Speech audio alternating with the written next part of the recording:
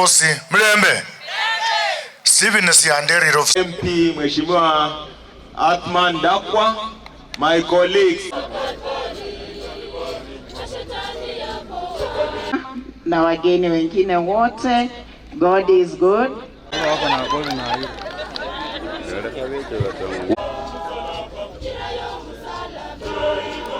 Teacher wa hii shule Shtirira atukaribishe kirasmi. Baba, walimu wa Shtirira njoni haraka. Na wafanye hii serikali vile mimi nimechunguza, nimepima, ni ya kusema na kutenda. Mheshimiwa Ndakwa, kuna wale labda hawakupigia kura. Kuna wale labda ama zile sehemu ambazo najua hazikuperform vizuri sana kupata kura. Sasa wewe ni kiongozi wa Malava.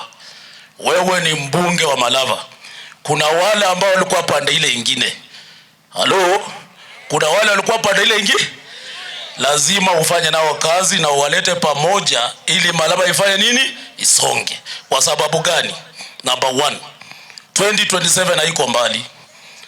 Kwa hivyo mimi naomba viongozi wenye wako kwa kiti wanatoka Mlembe Nation, tuwache selfish interest, tuonyeshe wananchi mwelekeo ni kupaki kwa serikali, because tuko karibu kwa uongozi wa hii nchi, na hapo ndio mtajua kwamba mkishikana you have the negotiating power kwa table mkienda kutafuta uongozi.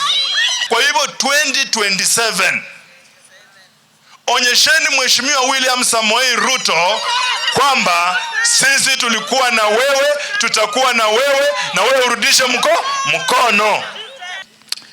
Yule mkabila anajifufua. Anashukuru wazee wamesumuza hapa. Yule mkabila alikuwa ametangaza hapa maneno mengi ya kwamba watu ya Western sijui watakuwa vipi.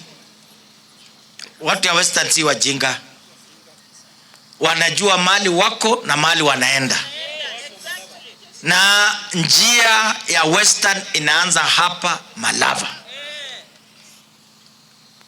Nashukuru sana kwamba watu ya Malava walisimama imara kuondoa aibu ya ukabila katika nchi yetu ya Kenya. Na ukitaka kujua ukabila haitakiwi Kenya, kuja ujifunze, uchukue kalamu na karatasi, uishi Malava, watakufunza vile Kenya inaenda mbele.